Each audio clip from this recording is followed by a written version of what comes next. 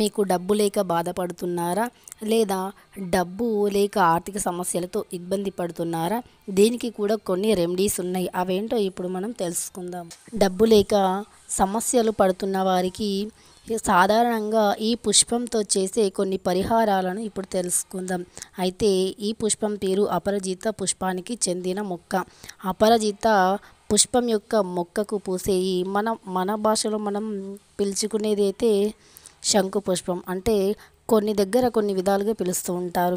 సాధారణంగా కొంతమంది శంకు పుష్పం అంటారు, మరికొంతమంది అపరాజిత పుష్పం అని కూడా అంటారు. అయితే ఈ పుష్పంతో మనం ఎలాంటి పరిహారాలు చేస్తే డబ్బు ఉన్నదానికంటే రెట్టింపు అవుతుందో, ఇంకా ఆర్థిక సమస్యలతో ఇబ్బంది పడే వారికి డబ్బు అనేది మనకు వస్తూనే ఉంటుంది.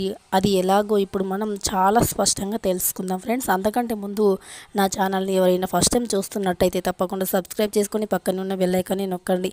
మరెన్నో ఇలాంటి మంచి మంచి యూజ్ఫుల్ వీడియోస్ అన్నీ కూడా మీ ఫోన్కి ముందుగా నోటిఫికేషన్గా వస్తుంటాయి. అయితే ఇప్పుడు మనం చాలా స్పష్టంగా తెలుసుకుందాం. ఈ అపరాజిత పుష్పంతో ఎలాంటి పరిహారాలు చేస్తే మనకు డబ్బు ఉన్నదానికంటే రెట్టింపు అవుతుంది, డబ్బు లేని వారికి ఎలా డబ్బు వస్తుంది, ఈ పుష్పంతో ఏం చేయాలో ఇప్పుడు మనం తెలుసుకుందాం.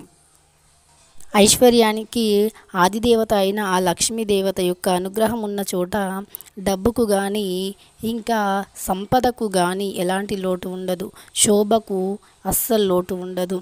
అంటే ఆ లక్ష్మీదేవత యొక్క అనుగ్రహం ఎక్కడైతే ఉంటుందో అక్కడ ఇల్లు కలకలలాడుతూ ఆయురారోగ్యాలతో ఆనందంగా అష్టైశ్వర్యాలతో సుఖ సంతోషాలతో భోగభాగ్యాలతో వర్ధిల్లుతుంది. అయితే ఆ లక్ష్మీదేవి యొక్క కరుణా కటాక్షాలు కలగడానికి ఈ పుష్పంతో ఒక పరిహారం. కొన్ని సాధారణ చర్యలు తీసుకోవడం వల్ల డబ్బుకు సంబంధించిన సమస్యలను మీ జీవితంలో నుంచి తొలగించవచ్చు. ఈ అపరాజితి మొక్కలు మీ డబ్బుకు సంబంధించిన సమస్యలను తొలగించడమే కాకుండా మీ జీవితంలో పురోగతి మార్గం తెరుస్తుంది. అపరాజితి మొక్క వల్ల కలిగే ప్రయోజనాలు వాస్తు పరంగా కూడా పేర్కొన్నారు.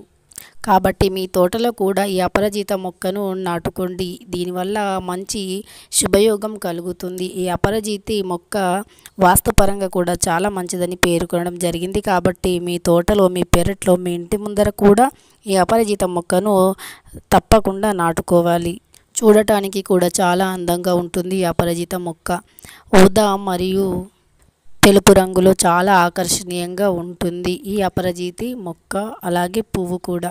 ఈ పువ్వుకు సంబంధించిన నివారణలు కూడా ఉన్నాయని రుజువు చేస్తుంది అపరాజిత పుష్పం. ఈ అపరాజితి పుష్పానికి సంబంధించిన సులువైన నిశ్చలమైన నివారణల గురించి స్పష్టంగా చెప్పారు జ్యోతిష్కులు.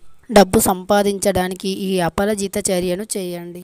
పర్స్ ఇంట్లో ఉంచిన ఖజానా లేదా మీ పర్స్ ఎప్పుడు ఖాళీగా ఉంటే అప్పుడు మంగళవారం రోజున హనుమంతుని పాదాల వద్ద ఈ అపరాజితి మొక్కకు చెందిన పుష్పాన్ని మీరు హనుమంతుని పాదాల వద్ద పెట్టండి. అలా పెట్టడం ద్వారా హనుమంతుని పాదాల వద్ద పెట్టిన ఈ పుష్పాన్ని మీ పర్సులో ఉంచుకోండి. లేదా మీరు డబ్బుని దాచే చోటు కానీ, మీరు బంగారాన్ని దాచే చోటు కానీ ఈ పువ్వుని, అంటే హనుమంతుని పాదాల వద్ద పెట్టి తీసిన పువ్వుని మీ పర్సులో లేదా మీ బీరువాలో లేదా మీరు బంగారాన్ని దాచుకునే చోటు, మీరు డబ్బుని పెట్టుకునే చోటు పెట్టండి. అలా పెట్టడం ద్వారా ఎప్పుడు మీ పర్సు నిండుగా డబ్బులతో ఉంటుంది. ఇక మీకు డబ్బు వృధా ఖర్చు కాకుండా ఉంటుంది. ఇంకా ఆర్థిక సమస్యలకు డబ్బు సమస్య ఎప్పుడూ ఉంటుంది. చేతిలో డబ్బు అందుబాటులో ఉండదు. అయితే సోమవారం రోజున ఈ అపరాజిత పుష్పాలను 5 తీసుకొని పారే నదిలో వేయాలి. ఇలా చేయడం ద్వారా మీ ఆర్థిక సమస్య, మీ సంక్షోభం, ఇలాంటివి ఎంతటి ఆర్థిక సమస్యలు ఏమి ఉన్నా కూడా అన్నీ తొలగిపోయి మీరు విముక్తులు అవుతారు. ఇంకా మీ చేతి నిండా డబ్బు ఉంటుంది. ఇంకా మంచి మంచి ఆర్థిక సమస్యలన్నీ కూడా దూరమై ఎంతో మంచి ఫలితాలను కలుగజేస్తుంది ఈ అపరాజితి పుష్పం.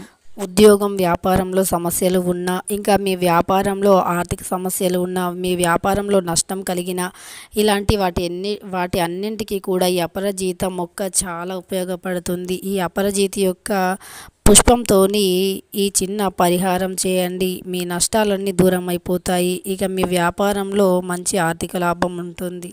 అపరాజిత యొక్క వేరుని నీలిరంగు గుడ్డలో కట్టి ఆ నీలిరంగు గుడ్డను మీ వ్యాపార స్థలంలో లేదా మీ వ్యాపార స్థలంలో మీ డబ్బు పెట్టుకునే స్థలంలో కావచ్చు, మీ వ్యాపార స్థలంలో కావచ్చు వేలాడదీయండి. ఆ నీలిరంగు గుడ్డను వేలాడదీయండి. దీనివల్ల పగలు రాత్రి అనే తేడా ఉండకుండా మీ డబ్బు నాలుగింతలు రెట్టింపు అవుతుంది. ఇక మీ పురోగతి కూడా చాలా బాగా పెరుగుతుంది. తెలుసుకున్నారు కదా ఫ్రెండ్స్, ఈ అపరాజిత మొక్క మరియు ఈ అపరాజిత పుష్పంతో ఎన్ని ఉపయోగాలు ఉన్నాయో. మనం ఒక్కొక్కసారి ఎంత కష్టపడినా కూడా ఆ కష్టానికి ఫలితం అనేదే లేకుండా పోతుంది. అయితే కొన్నిసార్లు మన వాస్తు దోషాలు లేక మన పైనున్న ఇలాంటి చెడు కన్ను, చెడు దృష్టో, నరదృష్టో ఏదో ఒకటి పడుతూనే ఉంటుంది. అలాంటి వాటన్నింటిని కూడా తొలగించడానికి కొన్ని పుష్పాలు, కొన్ని ఆకులు, కొన్ని చెట్లు, కొన్ని వేర్లు అనేవి ఉంటుంటాయి. వాటన్నింటి కూడా మనం నమ్మాలి. అలా నమ్మినప్పుడే మన జీవితంలో మంచి చెడు అన్నీ కూడా మన పట్ల